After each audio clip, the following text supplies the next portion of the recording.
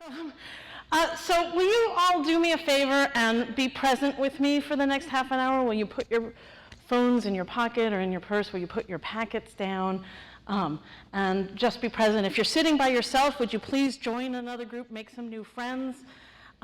Because we're going to have some conversations among each other. So now's the time to get up and move and sit closer to someone else so you can have a conversation if you're not currently next to someone.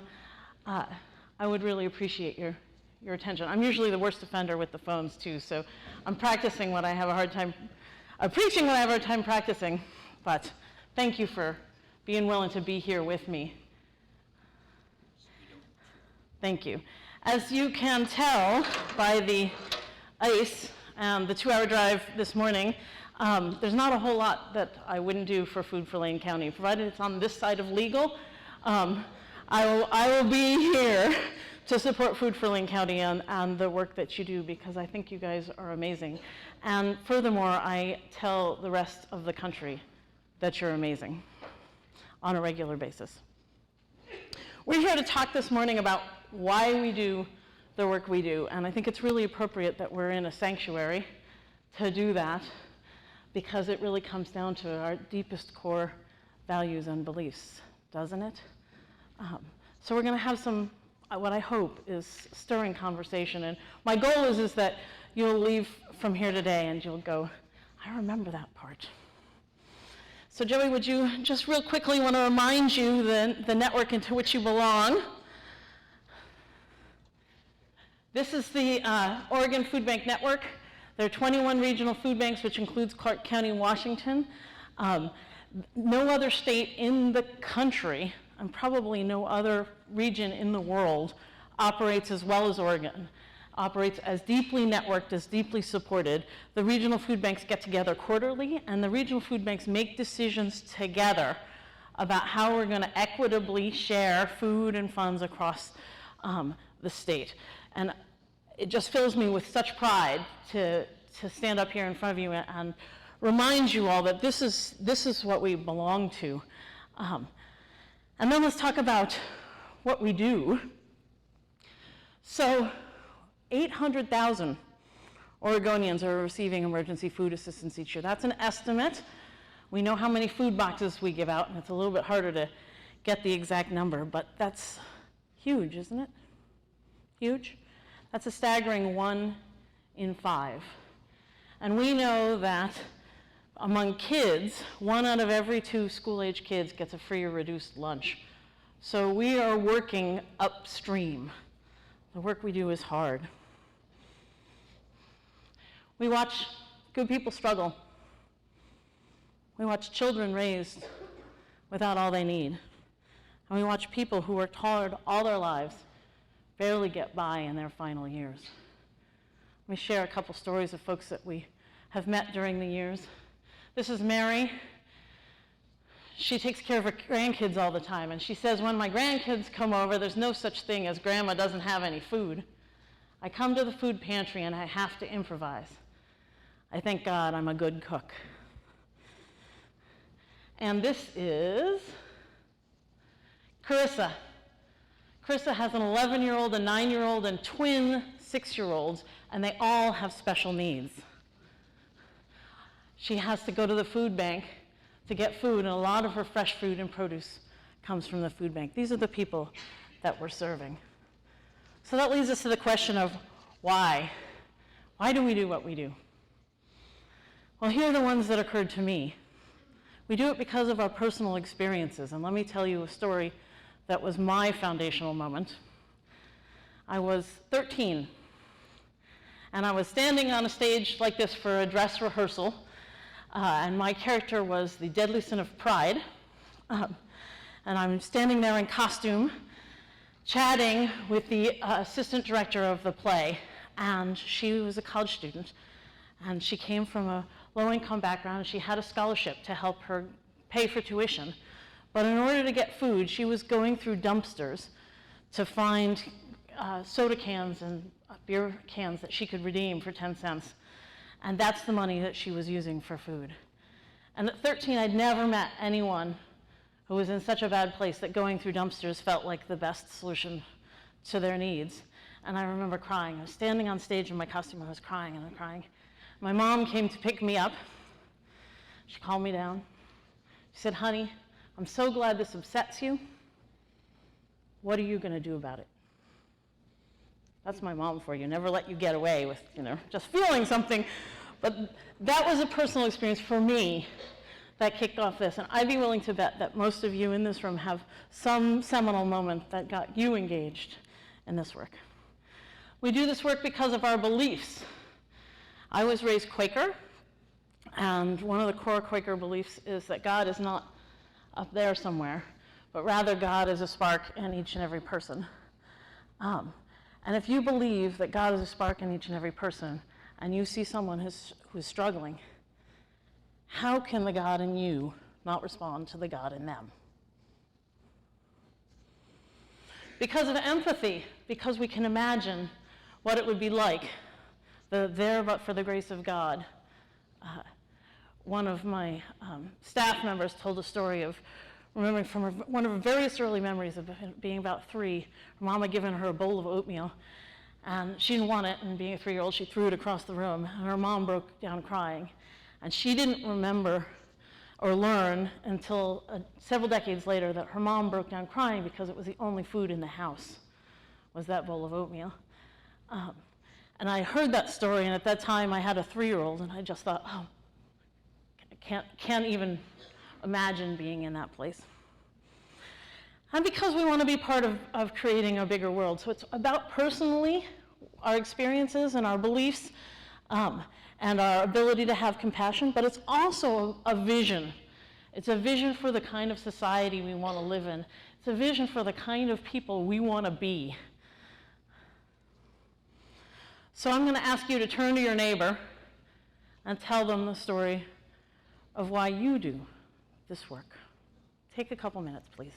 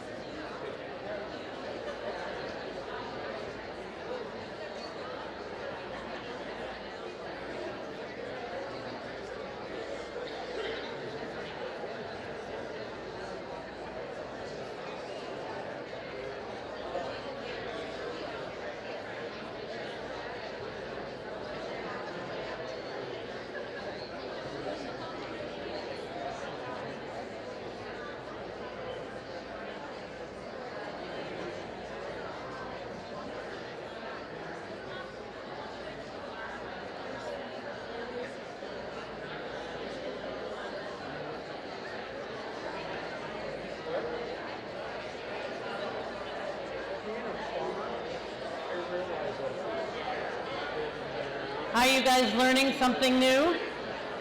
Have you heard a story you haven't heard before? An approach that hadn't occurred to you? Anybody have a story they're willing to share?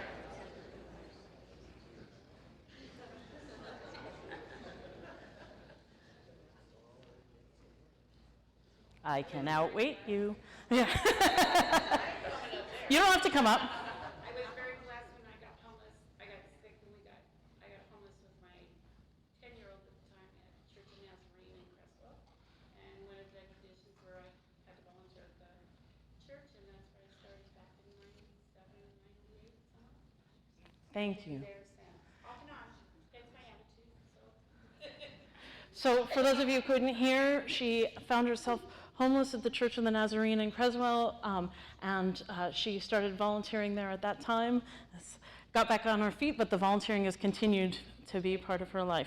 So thank you very much for sharing that story.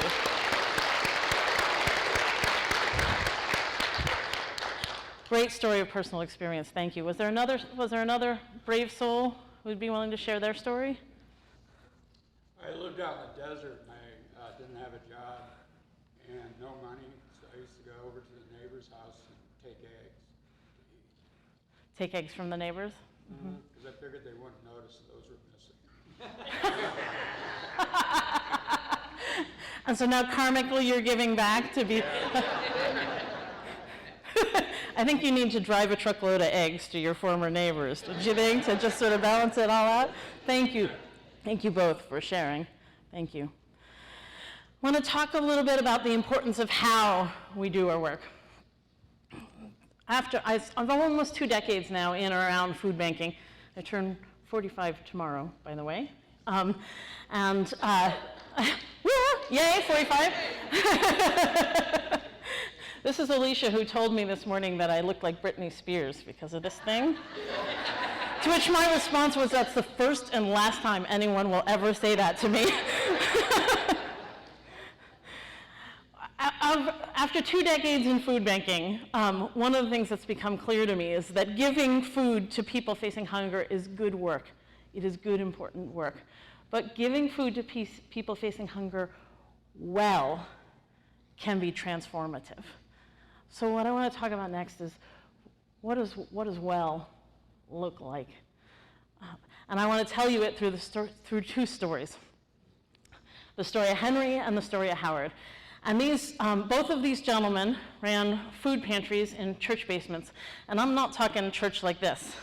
I'm talking 100-year-old church with the narrow little concrete stairs that go down in the basement that the water still leaks in. Yeah? You guys, you resemble that remark, huh? Yeah, 2 little tiny rooms that you had to maneuver around. Everything had to be hand carried down into the church basements. Henry, when you walked into Henry's food pantry, it went sort of like this. Henry would say, "You haven't been here before, have you?" "No." "Okay, well, I need to see your driver's license and I need to see proof that you need this food." And you'd pull out your folder of documentation that you carry around to all the offices, and then he would look through it.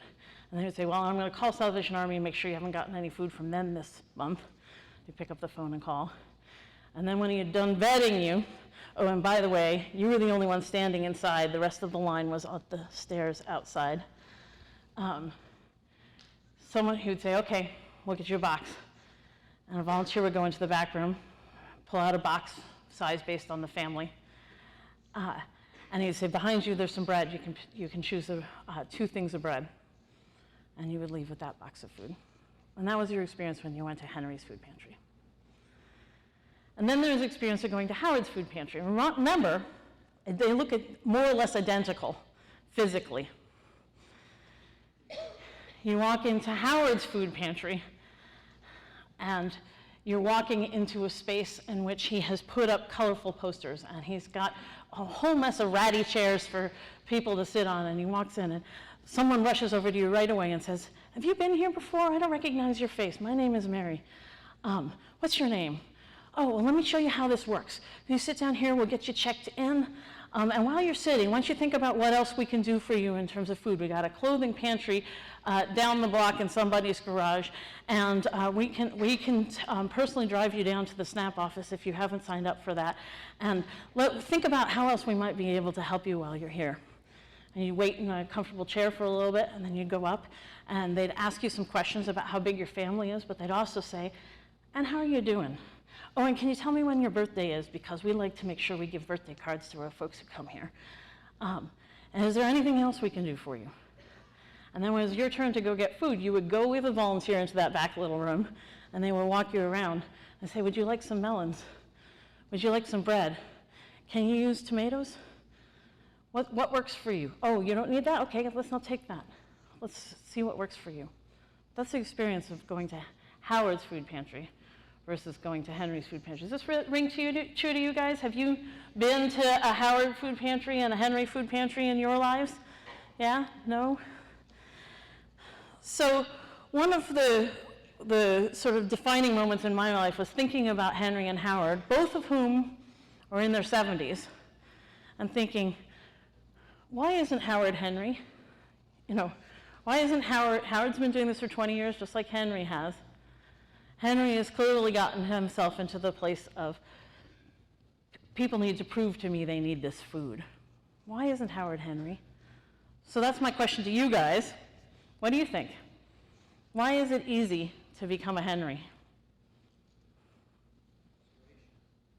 What? Frustration. Fear. Control. Burnout.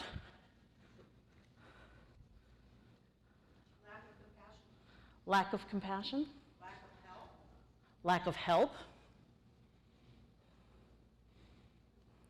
Maybe he doesn't understand the need. Maybe he's never been homeless, or maybe he's never been hungry himself. You know what I'm saying? For me, I think it ultimately comes down to the story we tell ourselves, right? The way we're going to choose to view the world.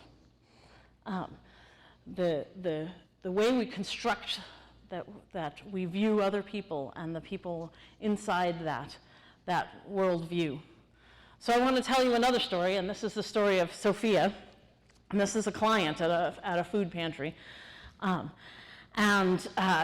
You pretend you're a volunteer, which I think is probably easy for most of you, at a food pantry, and Sophia comes in, and she's dressed in a business suit. She's well made up. Her hair is done. She's got on nice jewelry. She came driving up in a nice car. Another volunteer whispers to you that she thinks that she lives in that part of town where the rich people live. And Sophia comes in and asks for food.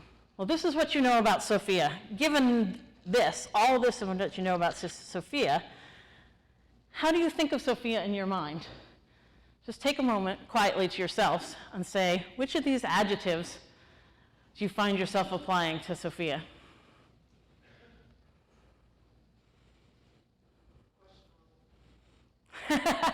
Questionable.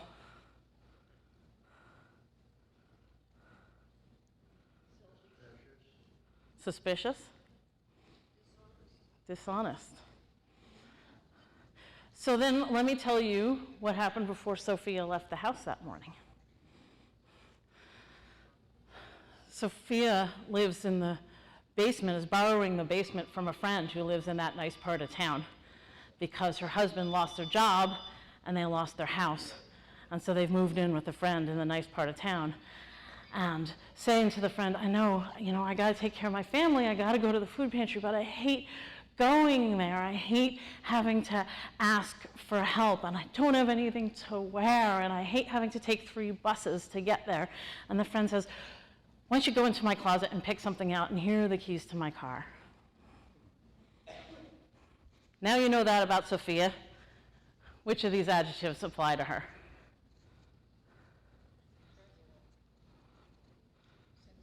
Sincere. Truthful. Trustworthy. Credible. If you don't remember a single other thing than what I've said to you this morning, this is the most important thing I came down here from Portland to say to you is, we don't know someone else's story by looking at them. You never know someone else's story by looking at them. And though I know the good book says, judge not lest you be judged, I can personally tell you I have never managed to do that. It is too hard to not judge folks. So what I try and do is change the story I tell myself. So when I run into a Sophia, I try and say, what is the story behind this behavior that would make me have compassion for them? What is the story behind this behavior that would make me think that they were somebody who was worthy of my help? And if you can have a chance, you can actually ask them. And in my lifetime of doing this, I've met one person who was not trustworthy, and she is unfortunately my stepmother-in-law. But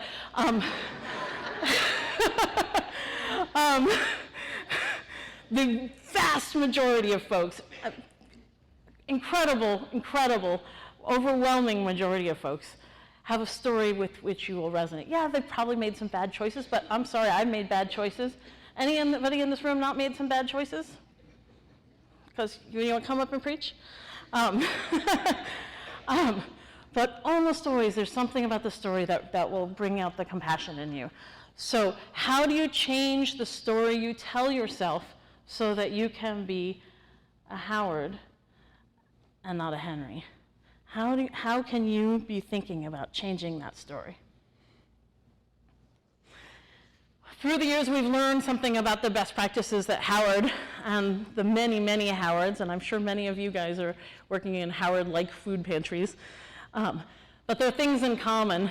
And the first one was something that Jesus would have said, also Gandhi and Martin Luther King and many of the most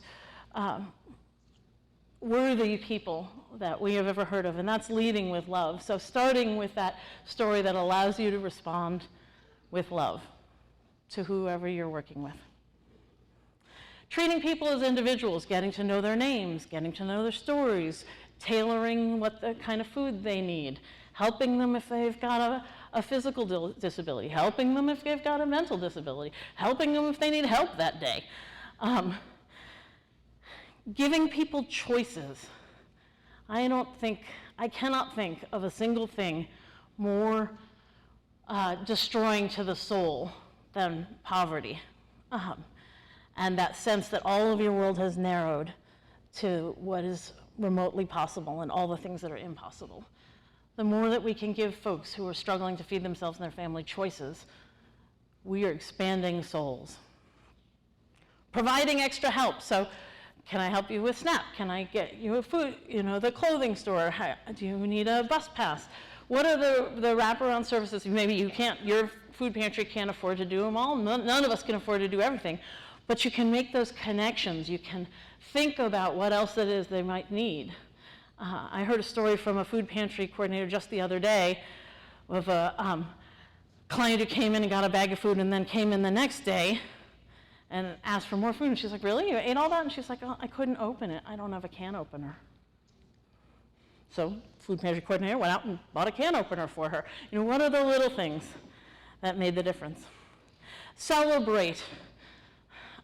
The birthday card touch has stayed with me from Howard's piece forever, because just that little thing of we care enough about you to think about how to celebrate with you is huge. And each great food pantry I've been to has had some way to do those celebrations. There are also some back-end best practices. So those are ones thinking about how you deal with the clients, but on the back end, building a community, the community of volunteers who are working there. And in the best world, there's not much separation between the volunteers and the folks who are asking for food assistance, right? Because on some days we need help, and on some days we give help. Praying or thinking together. If you're a faith-based food pantry or soup kitchen or agency, you have an easy way to do this, because a prayer circle is a great way to ground everybody in why it is you do what you do. If you're not faith-based, then you have to get a little bit more creative in thinking about how are you engaging people's emotions? How are you engaging people's brains in this work? How are you stopping to reflect on why this work is important? And I have seen food pantries, after the shift is done and the line is over, stop and go, anybody hear a good story today? Anybody meet someone new today? Just take 2 minutes, pull everybody together in a circle and say, let's reconnect on the why we've done this. And then there's the develop shared values. I personally think that it is incredibly important to lay out there in front of everybody what it is that you believe and why it is that you're doing what you're doing, and then to remind yourselves regularly. We've done it at Oregon Food Bank. I've got a couple I want to share with you that we refer to. Joey, if you would, there we go. We believe no one should be hungry. I think this one should be obvious, but it goes back to the story of Sophia, right? And no one should be hungry, no matter what life has thrown at you, no matter what choices you've made. You don't deserve this. We care deeply about people experiencing hunger and hold them in the center of all we do. That sounds obvious, but it's actually really, really hard because our egos get in the way, and our budgets get in the way, and our quest for efficient processes get in the way of holding the people who are experiencing hunger at the center of all we do. So we touch that one regularly and go, okay, we just made this decision. Does this decision hold the people we're trying to serve in the center of all we do? Simple question. We believe that people seek food assistance when they need it and give back when they can. We've all met folks who weren't the easiest folks to love in the food assistance world. And I think what happened to Henry over those years was he got fixated on those folks. And his job was to stop them from working the system or defrauding the system. And we just decided as an organization we were going to put our stake in the sand, and we were going to say, no, we're Howard. We believe people seek food assistance when they need it. That's why people are coming, because they need it. And we believe, like this lady here, that when they can, they give back. I want to close with a little word from Ken. He says at the food pantry, it's not the food that's the blessing. You get the food, but you also get the community together, and that's the most important thing. To see the love that comes out of there, it broke me down in tears. Thank you guys so much for letting me be with you today.